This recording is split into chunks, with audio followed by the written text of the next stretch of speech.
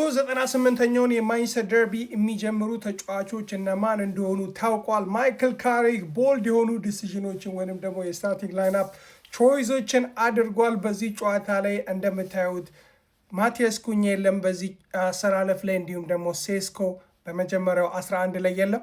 መረጣቸው ተጫዋቾች በምን አይነት ቦታ ላይ ሊሰለፋሉ የሚችለውን ፕሪዲክት ለማድረግ እኔ በዚህ መልኩ አስቀምጫለሁ። ኦፍኮርስ እኔ ለማንሳለ የኋላ አራት ተከላካዮቹ ዳሎት፣ ማጓየር፣ ማርቲኔዝ ነው እንዲሁም ደግሞ ሉክሾ ናቸው።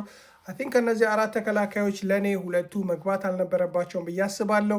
በተለይም ማጓየር እና ሉክሾ ከዚህ በፊት በተደጋጋሚ ከሲቲ ጋር ስንጫወት በተለይም በዚህ ሲዝን 3-0 የተሸነፍንበት ጨዋታ ላይ ሃሪ ማጓየር በሃይ ላይን የምንጮት ከሆነ ምን ያክል ደካማ እንደሆነ ፔስ የሌለው ሃላንድን ለመያዝ እንደሚቸገር አይተናል። ነገር ግን በሎ ብሎክ የምንጮት ከሆነና በካውንተር አታክ መጮት የምንመርጥ ከሆነ ኦፍኮርስ የሃላንድን ፊዚካል ሊቋቋም የሚችል ብቸኛው ተጫዋች ሃሪ ማጓየር ነው። ከዛ ባለፈ ከሉክሾ ይልቅ እዚህ ቦታ ላይ ዶጉ ቢሆን የተሻለ ነበረ። ኦፍኮርስ ዶጉ በዚህ ጨዋታ ላይ ቢጀምርም ቦታው ግን ይሆናል ብዬ አላስብም። ሚድፊልደር ላይ ያደረጋቸው ሁለት ተጫዋቾች እንግዲህ ካሰሜሮና ኮቢ ሜኑ ናቸው። ኦፍኮርስ ኮቢ ሜኑ ብዙዎቻችን አድምን ስናደርግ ነበረ፣ ለምን ማንቸስተር ዩናይትድ አያሰልፈውም? ኦፍኮርስ ከብሩኖ ፈርናንዴዝ እንዲሁም ደግሞ ከካሰሜሮ አጠገብ በዚህ ጨዋታ ላይ ጀምሯል።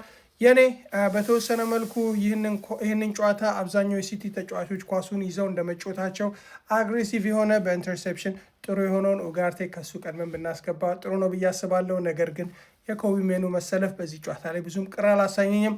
ትልቁ ጥያቄ ከአፍኮን የተመለሱ ተጫዋቾችን አማድን እንዲሁም ደግሞ ብራያን ምቤሞ ወደ ስታርቲንግ ላይንአፕ መመለሳችንና ኢንፎርም የነበረውን ሴስኮን በዚህ ጨዋታ ላይ ድሮፕ ማድረጋችን ነው።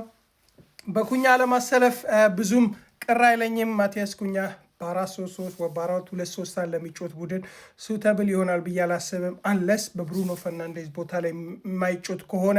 ነገር ግን ሴስኮን በዚህ ጨዋታ ላይ በተለይም ደግሞ ባለፉት 2-3 ጨዋታዎች ላይ ያለው ኮንፊደንስ ያለው ጎል አስቆጣሪነት ኢምፕሩቭ ባረገበት ሰዓት ላይ በዚህ ጨዋታ ላይ ድሮፕ ማድረጉ ማይክል ካሪክ ትክክል ነው ብዬ አላስብም። ነገር ግን ዋድዋይ ነው ሂ ዘ ማናጀር ለስ ሆፕ ይህንን ጨዋታ በነ ምቤሞ በነ ካውንተር አታክ በነ አማድ የአፍኮን ምርጥ ፐርፎርማንሳቸው እዚህ ላይ ደግሞ የምናሸንፍ ያደርገን።